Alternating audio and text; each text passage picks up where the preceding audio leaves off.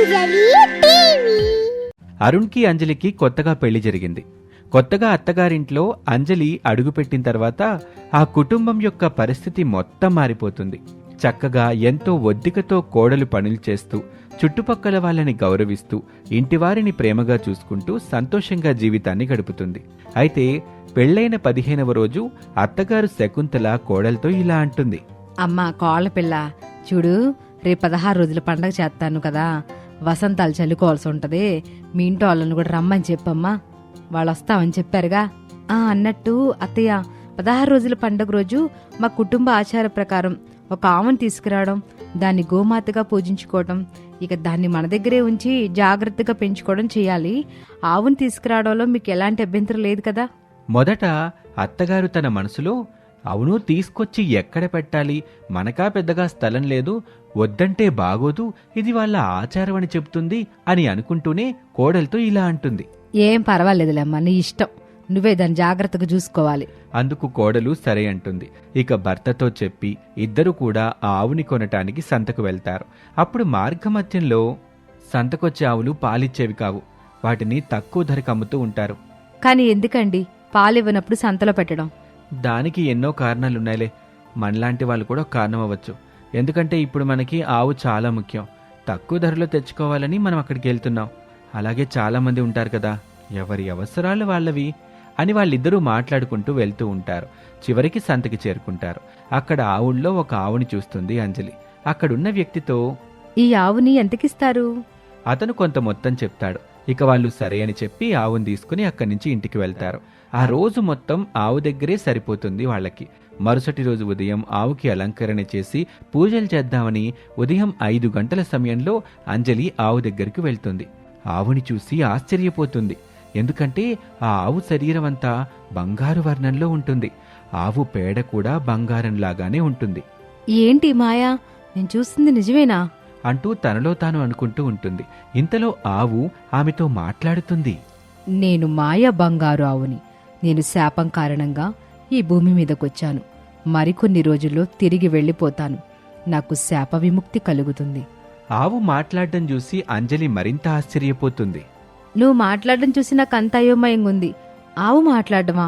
వామో, పైగా తన శరీరం అంతా బంగారం, తను వేసిన పేడ కూడా బంగారమే. ఈ బంగారం అమ్ముకుంటూ డబ్బులొస్తాయా?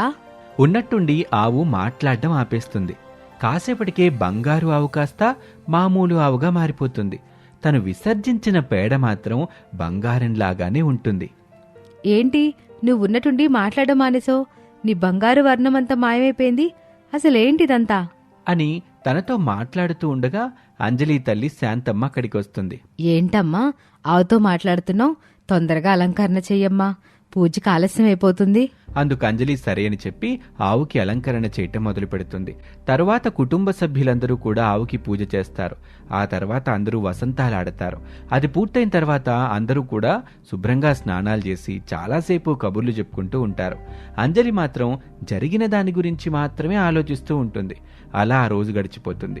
ఆ మరుసటి రోజు ఉదయం 5 గంటల సమయం కంటే ముందే నిద్రలేచి ఆవు దగ్గరికి వెళ్తుంది అంజలి. ఆవు మామూలు స్థితిలోనే ఉంటుంది. కానీ అంజలి అలా చూస్తూ ఉండగానే 5 గంటల సమయం అవుతుంది. ఉన్నట్టుండి ఆవు బంగారు రూపంలోకి మారుతుంది. ఇప్పుడు చెప్పు, నువ్వెందుకు ఇలా మారుతున్నావు? చెప్పాను కదా, నేను శాపం వలన ఇక్కడికి వచ్చాను. కేవలం నాకు 10 నిమిషాల సమయం మాత్రమే ఉంటుంది. 5 నుంచి 5-10 నిమిషాల వరకు ఇలా ఉంటాను. తర్వాత నేను మామూలు స్థితికి వస్తాను. ఆ సమయం దాటిన తర్వాత మళ్ళీ సాధారణమైన ఆవులా మారిపోతాను అంటూ ఆ ఆవు చెప్తుంది. నువ్వు విసర్జించిన బంగారాన్ని నేను నమ్ముకోవచ్చా? అది మళ్ళీ మాయా మంత్రాలతో బంగారులా కాకుండా పేడగా మారిపోదు కదా. అలా ఏమీ జరగదు. కానీ కొన్ని రోజుల తర్వాత నువ్వు నన్ను వదిలిపెట్టి వెళ్ళిపోతానంటున్నావు. అది నాకు చాలా బాధగా ఉంది. నీ బాధ నేను బంగారం ఇవ్వకుండానే వెళ్ళిపోతాననా, లేక నిజంగా నా మీద ప్రేముందా? నాకు పశువులంటే చాలా ఇష్టం. ఆవులు పెంచుకోవడం అంటే మరింత ఇష్టం. నువ్వు బంగారాన్ని ఇచ్చినా ఇవ్వకపోయినా నువ్వు నాతో ఉంటే చాలా సంతోషంగా ఉంటాను. దయచేసి నువ్వు నాతోనే ఉండొచ్చు కదా. ఇంతలో ఆవు సాధారణమైన ఆవుగా మారిపోతుంది. దాన్ని చూసి తను చాలా బాధగా అక్కడున్న బంగారు పేడను తీసుకుని వెళ్ళిపోతుంది. అదంతా చూసిన పక్కింటి వనజ తన భర్త శంకర్తో, ఏవండి, కొత్తగా పెళ్ళైంది కదా, ఆ అమ్మాయి అంజలి, ఆ అమ్మాయి ఏదో పూజలు చేస్తుందండి. పూజలు చేయడం వలన ఆవు బంగారు రూపంలోకి మారిపోయి బంగారు పేడలేస్తుంది. అది తీసుకుని లోపలికి వెళ్ళడం నేను కల్లారా చూశానండి. అవునా? అయితే వెళ్ళి ఆ అమ్మాయిని ఆ పూజ ఏంటో కనుక్కో, మనం కూడా వెళ్ళి చేయించుకుందాం. ఆ మాటలకు ఆమె చాలా కోపంగా, నేనేం చెప్పినా మీరు అసలు పట్టించుకోరు. ఎందుకు? నేను చెప్పేది నిజం. ఆ అమ్మాయి ఏదో పూజ చేసి బంగారు పేడని సొంతం చేసుకుంటుంది. అతను చాలా కోపంగా, పదే పదే చెప్పింది చెప్పకు, మర్యాదగా ఇక్కడి నుంచి వెళ్ళిపో అంటూ విసుక్కుంటాడు. వనజ మాత్రం అదేంటో కనుక్కోవాలని అంజలితో బాగా స్నేహంగా ఉన్నట్టు మాట్లాడడం మొదలు పెడుతుంది. అలా కొన్నాళ్ళకి వాళ్ళ స్నేహము బలపడుతుంది. ఆ సమయంలోనే అంజలి వనజతో ఇలా అంటుంది. వనజ, రేపుదయం సరిగ్గా 5 గంటల సమయానికి నువ్వు మా ఇంటికొచ్చే. నీకొక అద్భుతాన్ని చూపిస్తాను. ఈ రోజు కోసమే కదా నేను ఎదురు చూస్తున్నాను. నువ్వు చూపించే అద్భుతం నా బాగా తెలుసులే అని తన మనసులో అనుకుంటూ పైకి మాత్రం అంజలితో ఇలా అంటుంది. తప్పకుండా వస్తాను. ఎందుకు? ఏంటి ఆ విశేషం ఏంటి అసలా? అది ఒక మాయలే. ఇంతవరకు మా ఇంట్లో వాళ్ళకు కూడా తెలియదు.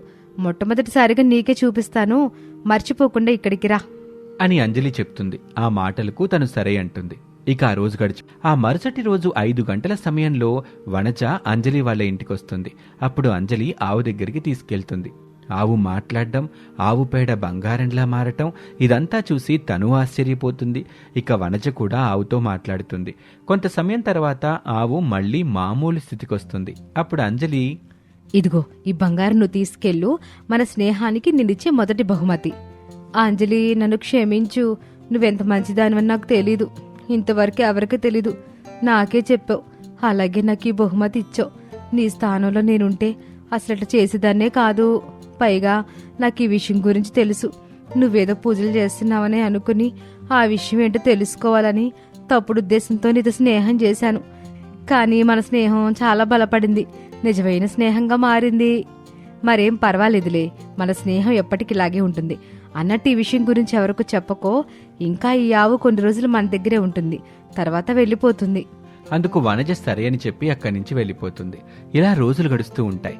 అంజలి వచ్చిన బంగారం అంతా ఎవరికీ తెలియకుండా దాచిపెడుతూ ఉంటుంది. ఒకరోజు అంజలి ఆవు దగ్గరికి వెళ్లే సమయానికి ఆవు అక్కడ కనిపించదు. అయ్యో మిత్రమా, నన్ను వదిలేసి వెళ్ళిపోయావా? మీ లోకంలో నువ్వెక్కడున్నా సంతోషంగా ఉండాలి, అదే నేను కోరుకుంటున్నాను అని అంజలి అనుకుంటుంది. ఇంతలో వనజ అక్కడికొచ్చి, అంజలి, బంగారు ఆవు ఇక నుంచి వెళ్ళిపోయిందనుకుంటా కదా. ఎలా వెళ్ళిందో తెలుసా? నేను ఉదయాన్నే నిద్రలేచానా, ఆవుతో మాట్లాడాలని అనుకున్నాను. కానీ ఆవుకి ఒక్కసారిగా రెక్కలొచ్చి ఆకాశంలోకి ఎగిరిపోయింది. వెళ్తా వెళ్తా ఇక్కడున్న ప్రతి ఇంటి మీద బంగారు కాసులు వర్షం కురిపించి వెళ్ళింది. నాకు తెలిసి ఉదయాన్నే జనమందరూ ఈ విషయం గురించి మాట్లాడుకుంటుంటారు. పోనీలే, ఆ బంగారు ఆవు వల్ల ఇక్కడున్న కుటుంబాలు మారుతాయి. కానీ ఒకటే బాధ, మన ఆవు మన దగ్గరికి తిరిగొస్తే బాగుండు. వాళ్ళలా మాట్లాడుకుంటూ ఉండగానే ఆవు మళ్లీ రెక్కలతో ఆకాశం నుంచి కిందకొస్తుంది. మిత్రులారా, మిమ్మల్ని వదిలిపెట్టి వెళ్లడం నాకు అసలు ఇష్టం లేదు. అందుకే నాకు దేవుడు మరొక వరాన్ని అందించాడు.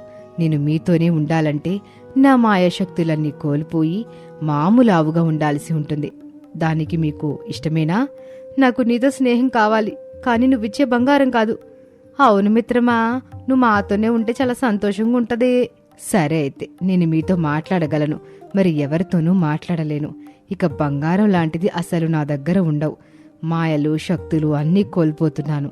ఈ క్షణమే నేను మామూలు ఆవుగా మారిపోతాను అని అనటంతో వాళ్ళు చాలా సంతోషిస్తారు. చూస్తూ ఉండగానే బంగారు ఆవు మామూలు ఆవుగా మారిపోతుంది. ఇక ఆ ఆవు వాళ్లతోనే సంతోషంగా ఉంటుంది. ఇక తెల్లవారు 7 గంటల సమయంలో ఊరి ప్రజలందరూ కూడా వాళ్ల ఇంటి మీద పడి ఉన్న బంగారు కాసుల్ని తీసుకుంటూ ఉంటారు. అవి ఎక్కడి నుంచి వచ్చాయో ఎవ్వరికీ తెలియదు. వాటితో వాళ్ళందరి జీవితాలు మారిపోతాయి.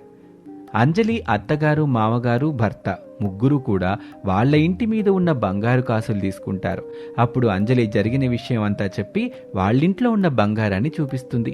అదంతా చూసి వాళ్ళు చాలా ఆశ్చర్యపోతారు. అత్తగారు ఆవు దగ్గరికొచ్చి, మా ఊరికి కష్టాలు తీర్చడానికి నువ్వు వచ్చినట్టున్నావు. నీకు చాలా కృతజ్ఞతలు. మా జీవితాలే కాకుండా మా ఊరు వాళ్ళ జీవితాల్లో కూడా మార్చేసావు అంటూ కృతజ్ఞతలు చెప్పుకుంటుంది. ఇంట్లో ఉన్న మగవాళ్ళు కూడా ఆవుకి కృతజ్ఞతలు చెప్పుకుంటారు. ఆ రోజు నుంచి ఇంటి వారందరూ కూడా ఆవుని చాలా ప్రేమగా చూసుకుంటూ గోమాతగా కొలుచుకుంటూ సంతోషంగా ఉంటారు. ఊరి ప్రజలు కూడా వారి కష్టాలు పోగొట్టుకుని ఆనందంగా జీవిస్తూ ఉంటారు.